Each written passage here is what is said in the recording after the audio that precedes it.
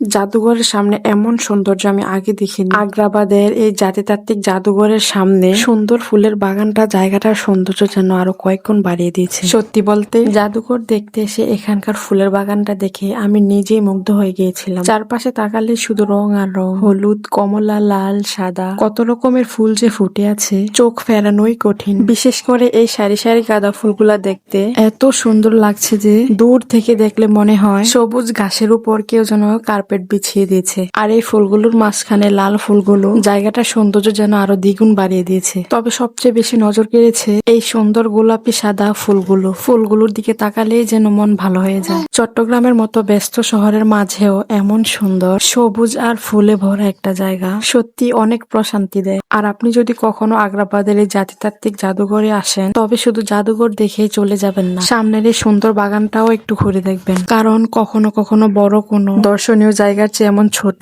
ফুলের বাগানই আমাদের মনটা ভালো করে দিতে পারে। আপনাদের কাছে এই ফুলের বাগানটা কেমন লাগলো অবশ্যই কমেন্ট বক্সে জানিয়ে যাবেন। আর একটা অবশ্যই লাইক দিয়ে যাবেন। আল্লাহ হাফেজ।